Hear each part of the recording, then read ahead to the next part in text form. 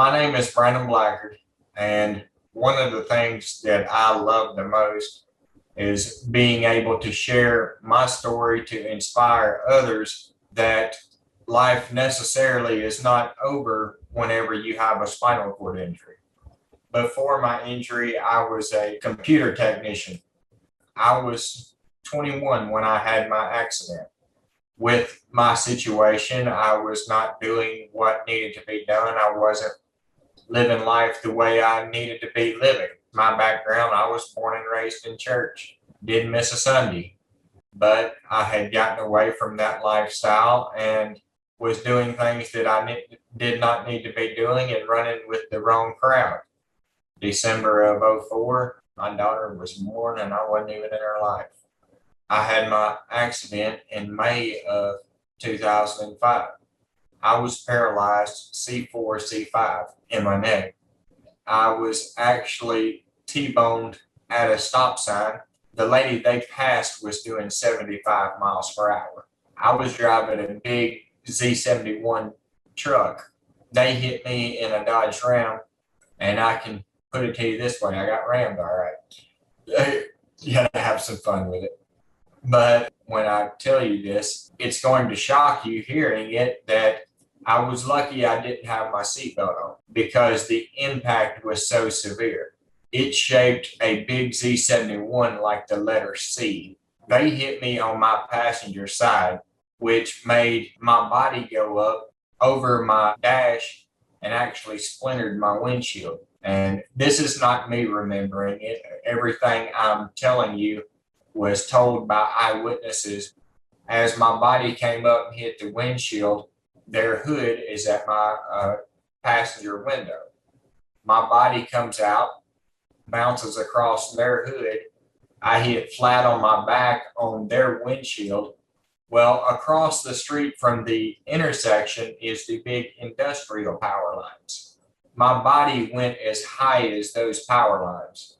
Due to the way it hit on their windshield, it had my body spinning in the air. I landed on the striped line in the middle of the road. It literally rolled from the asphalt all the way into the grass of the median. So literally the impact was severe enough it almost tore my heart apart inside.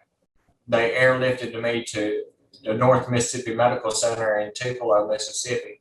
And I ended up flatlining them on them 3 times.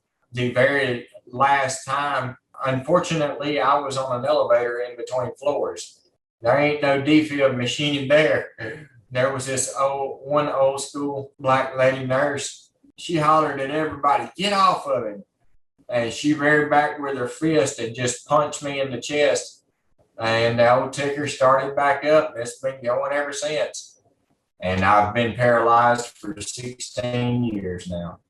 I was sedated unconscious for nearly 8 weeks of my first part of my injury.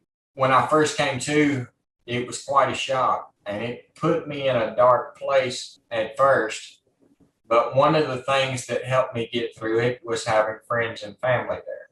And for someone that doesn't have friends and family there, you just have to look at the positive. The Lord left you here for a reason. And if you're not a religious person, you could be 6 feet under and seeing black right now. It always could be worse. Whenever I was just laying in the bed, I really thought my life was over and I was going to be staring at a ceiling until the end, if you get my drift. At first, my arms didn't even move. I was able to go to Shepherd Center in Atlanta for rehab. The swelling in my spinal cord had went down. I was able to get the movement that you can see of my arms back.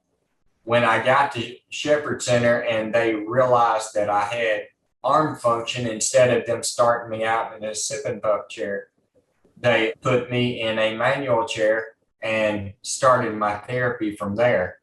It was about that first week when I realized, hey, I'm not going to have to be in that bed for the rest of my life. Regardless if you're in a power chair or manual chair, when you realize that it changes everything. Even if you can't breathe on your own, there are sip and puff chairs that can allow you to do your weight shifts. You can move and go anywhere you want. My first 14 years of my injury, I was in a manual chair, and I continued a very rigid workout regimen at home. And I exercised 3 days a week. I done on Monday, Wednesday, Friday. But over time, I did start losing some strength. And you'll have to forgive me. I'm going to keep talking to you, but I'm going to do a weight shift while we talk. I did lose some strength, and I had to go into a power chair because me losing my strength, I wasn't able to keep up my weight shifts correctly, which eventually led to a pressure sore. So for someone that is newly injured, doing them weight shifts every 15 to 30 minutes are life or death. I got lucky with mine. It was right there at the point because I was so stubborn, it nearly killed me.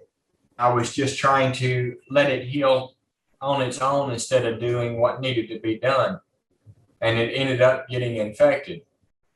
They had to cut a portion out of my behind that literally was 17 centimeters long, 9 wide, and 8 deep. But the good news is they were able to sew it together, and I was able to recover. Life has moved on, and I'm doing a lot better now. I've got the power chair. If you are living in a compromised situation that you do not have adequate help to be able to maintain your weight shifts correctly, no ifs, ands, or buts, you're going to need a power chair, because if you start missing these weight shifts, the end game ain't good. But I've learned now through everything, where there's a will, there's a way to do anything. Even in my condition, I'm able to build computers. I hire somebody to be my hands, but I told you I was a computer technician before my accident. With my computer background and all of that, I build multimedia systems for churches, projection, video cameras. I just got done building a multimedia system for a church all the way in Michigan. Wrote their instruction manual, their blueprints for how to put it together.